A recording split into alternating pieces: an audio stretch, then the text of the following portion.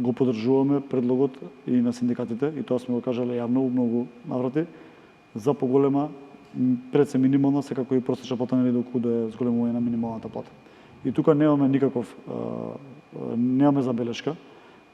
Оставаме да работодавците и синдикатите се договорат, бидејќи така и тие се партнери, не сме само ние во процесот како влада, како држава. Конкретно ваш личен став.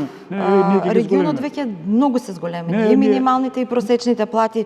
Ние каскаме зад нив, значи колку треба да изнесува минималната, односно просечната плата во земјава на овие трошоци на живот според вас? Ние ќе ги зголемиме плати. Од државата, ако не прашува нас некој, тие што се вработени во така јавната администрација и слично, ќе идеме ќе ги зголемиме плати.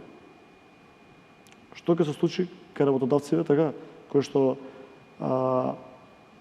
имаат голем број на вработени, така најголемиот дел од работното население токму е ангажирано во нивните ресори.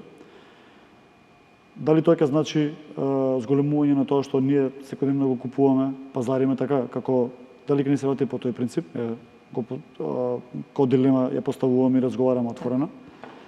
Дали треба секогаш да има повисоки, сметам и јас како човек кој што доаѓа како работник, не сум бил цел живот заменик министер, сега сум само овие 15 месеци.